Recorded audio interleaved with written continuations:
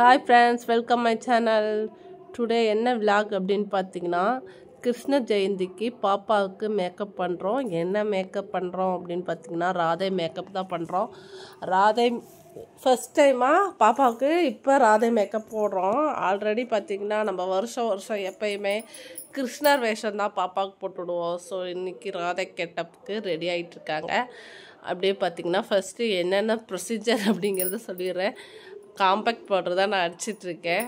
Next பார்த்திங்கன்னா நம்ம கண்ணுக்கு அழகு ஊட்டுறதுக்காக ஐஷேடோ, ஐலைனர் இதெல்லாம் போடணும். ஸோ பாப்பா வந்துட்டு எனக்கு கொஞ்சம் டார்க்காக போடுமா, லைட்டாக போட்டால் தெரியவே மாட்டேங்குது அப்படின்னு சொல்லிட்டு இருந்துச்சு. ஸோ அதனால் அவங்க அக்கா வந்துட்டு நான் டார்க்காக போடுறேன் அப்படின்னு சொல்லிட்டு டார்க்காக போட்டுட்ருக்காங்க.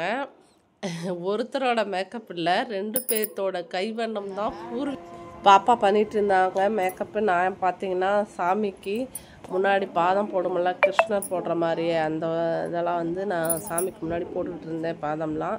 நெக்ஸ்ட் முடிஞ்சதுக்கப்புறம் பார்த்தீங்கன்னா பாப்பாவுக்கு ஓவராலாக மேக்கப் முடிஞ்சிச்சு. அசசரிஸ் தான் போட வேண்டியது. பாப்பா வந்து ஹாப்பியாக இருந்தாங்க.